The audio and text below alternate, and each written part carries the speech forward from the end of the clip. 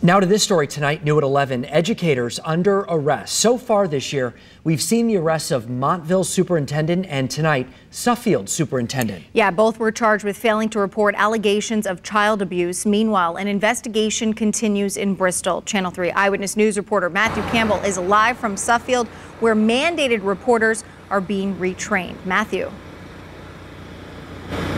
Well, Aaron and Mark, with these types of cases popping up all over the state, we are revisiting this for parents who need to know who needs to report and what they need to be reporting on.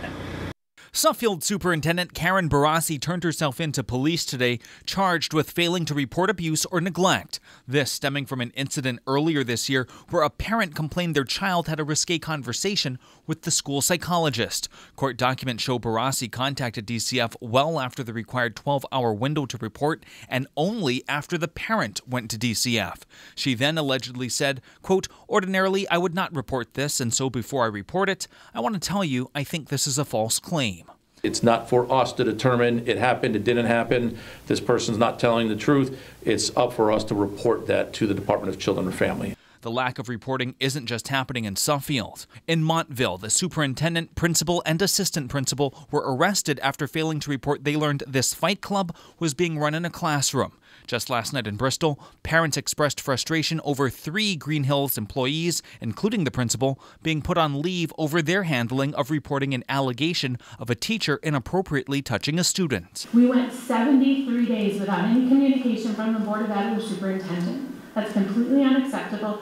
Here's how parents can hold educators accountable. There are 37 different types of mandated reporters. All can be found on the WFSB app. But here are just a few. Any school employee, coaches, counselors, and they're required to report any instance of abuse or neglect. Those legal definitions can also be found on our app. While retraining is being done in Suffield, many parents are wondering if retraining should be done statewide. It's needed because as a parent we will be worried what's happening in school. So if they report it, we will be knowing what's happening.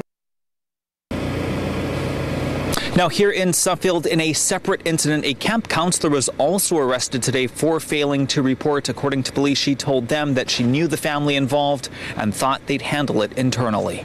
That is the latest live here in Suffield tonight. Matthew Campbell, Channel 13 News.